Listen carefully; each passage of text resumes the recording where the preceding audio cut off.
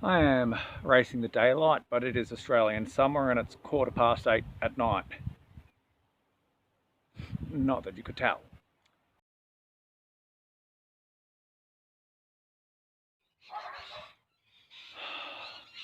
Alrighty, this is one of the last parts of the hybrid build before we can start it up and get it riding, and that is putting all of our accessories on the handlebars.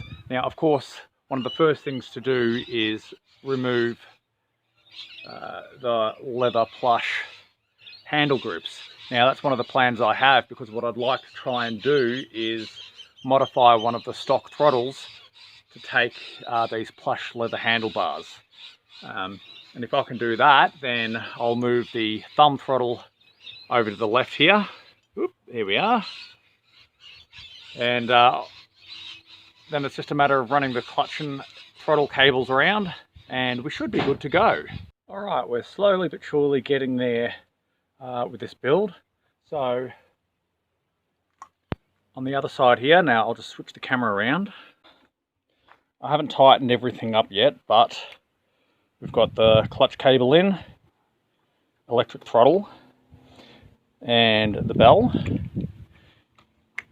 They should all be within reasonable reach of each other, if I can show you there. Now, on this side, of course, we've got to put our throttle assembly. Now, I really dislike these crappy plastic, throttles, and I want to try and get this leathery one on instead. So, not difficult to see why I'd want to have a nice cushy handhold. Now, okay, so this is basically just a cover, and because it's the white, I even show you in there, that white insert that slips over the bar and works as the throttle. Now, I've Dremelled out holes in there for my bar end mirrors before. I do know it's fairly cheap and nasty plastic, so I'm just going to get my snips, and we're just going to try and snip the plastic away and see how that goes.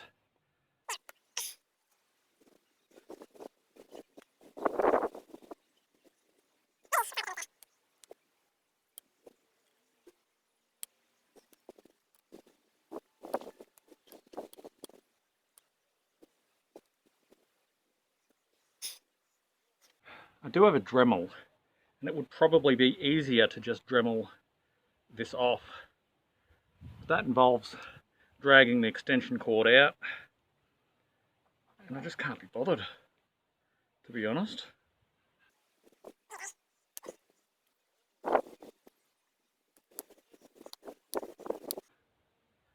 honestly think the first part's the hardest. Once you get a decent slice in there, you can just pretty much... There we go.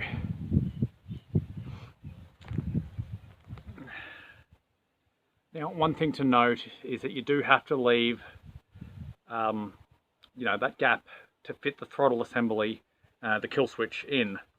But you can see there's like a line in there already. And just if I was to jam that in the whole way, it would jam up. But this should just be as simple as WD-40. Doesn't need much, just a little lick of lubricant.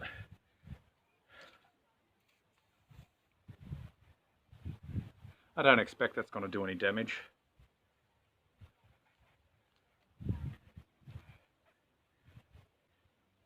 Now, I think the only trick would be where the seam on that's going to sit.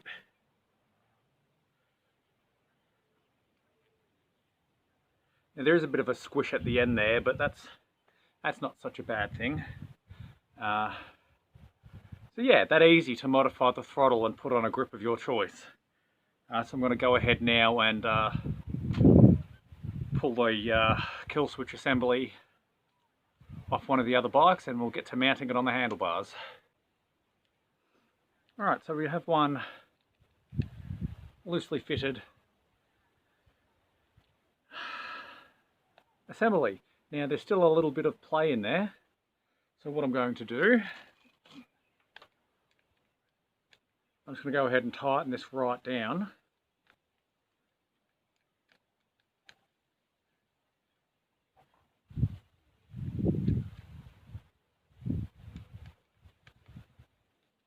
Right.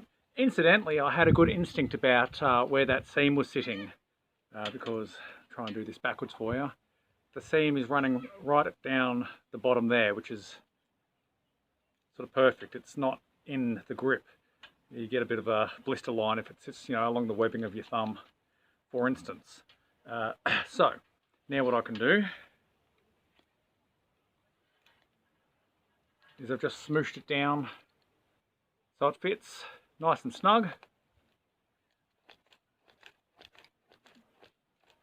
Not going to rub, and that's a much more comfortable and nicer looking throttle assembly than what you get with the stock ones. So now I'm going to go ahead and thread that into the carburetor. I haven't bothered to measure this, and considering this is a ridiculously large frame, I'm a little concerned my cables won't be long enough. So I'm going to go ahead and sort that out now, and I'll check back in when I'm done. I've got all the gear at the front not tightened yet, but loosely buckled in. So I've got the throttle cable and the clutch cable running all up around the top bar here. Now I've just done a layer of electrical tape, mainly just to hold them in position while I'm reattaching the tank, but also I want to point out there are no sharp angles. I've kept everything going in as smooth a line as I can. So can I show you here? Whoops. That's working as smoothly as it needs to. There's no really sharp angles, and I'll be able to cable tie them together to neaten it up a little bit more once we're done as well. There's a bit of slack in that throttle cable, but then again there really always is. Nothing to write home about. Again, I'll tidy all that up once the tank's back on, and we can go from there. Alrighty, so our fuel tank is mounted.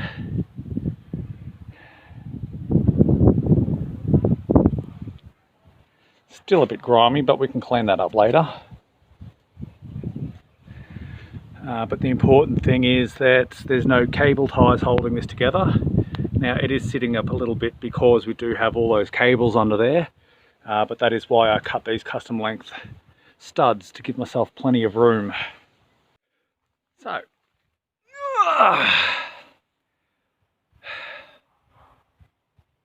I am racing the daylight, but it is Australian summer and it's 8:15 at night. Not that you could tell. So, chains on. This is good. Let me give you a walk around on everything I've done since the last update. Alright, so everything up here on the handlebars has been secured and tied down. I've done my best to tidy up all those cables. There's not really much getting away with it, considering I've got the control wires for the e-bike, throttle cable and clutch cable all coming down. So as I showed you, the clutch and throttle cables are running up under the tank. Now I've fully insulated the kill switch and CDI wires and tied them down there. Now I've got the chain on, which is a good start. I actually had to extend the chain, so I've got 2 master links in there because the frame's so large, all my chains were just too short. Now, this spring tensioner, I had another crack at fitting that, and so far it looks to be okay. If you missed the video, I tried to fit it to the Mk5 bike and failed miserably because the chain was either far too long or far too short. And to me that feels okay, except for the fact that it is touching the tyre, and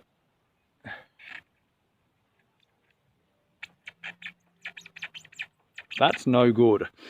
So what we're going to try and do is just, now all these aren't tightened anyway, but they're secure enough. So we're just going to try and tilt the engine slightly this way, which is to the left, just to try and get these chain to clear the tyre. And which, if you missed my last video, I've only got one rag joint at the back there with the sprocket hard up against the spokes, which is something I've never tried before. But I did that so I would not have to bend the coaster brake arm. And as you see there, there's plenty of clearance for those bolts, which is good. That's what I was going for this whole time. So I'm going to go ahead and try and align the engine, which is out of focus for some reason. There we go. That was always going to be the last step, which is why I never fully tightened down the engine mounting points until I've got the chain on and everything else connected, because there is always a fine adjustment to make, whether or not you need to clear the tyre or in some cases clear the frame, which is very, very close to touching, but all the same it's still clearing. So I'm going to go ahead and get that done now. All right, excellent news. We are very marginally clearing the tyre, also very marginally clearing the frame. This dodgy engine mount will probably snap the first time I ride it, but there's only one way to figure that out. The only thing to do now is to attach a fuel line, and we're more or less ready to go.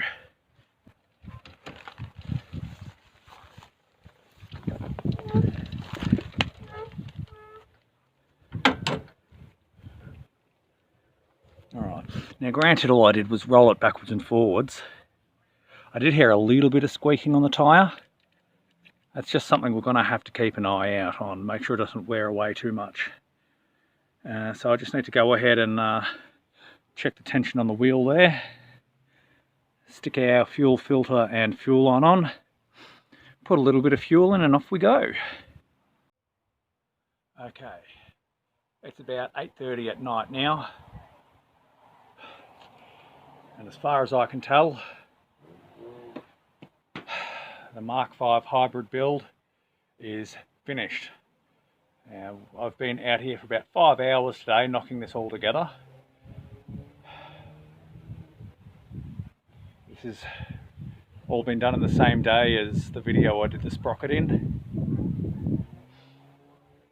So, today we have done the sprocket, the chain, the cabling, the electrics, everything. And there's no reason at all why this thing shouldn't fire straight up. The e-bike has been reliable. This engine has been reliable on the most unreliable frame I've ever had. I've done my best to create a nice, clean, tidy build. The only thing to do now, I think, is get some fuel in the tank, get our battery plugged into the back, stick our lights on, go for its first ride. If anything's going to go wrong, it'll probably happen then. Alright, bright lights. So I've got my little action camera, hoping that the light's still good enough. This little camera is pretty good. You can even see on the screen there, it's pretty good for night light. But I lost the battery case, so I'm hoping that little bit of blue tape will be enough to keep us recording while we go. So yeah, obviously I've got the bike lights on, ready to go. We're going only for a quick ride today because it is Boxing Day and the rozzers are everywhere. So fingers crossed we don't get into any trouble. But yeah, fingers crossed everything should just fire straight up and we can go for a little bit of a nighttime cruise. When you hit the electronic throttle, it is like hitting an electric supercharger.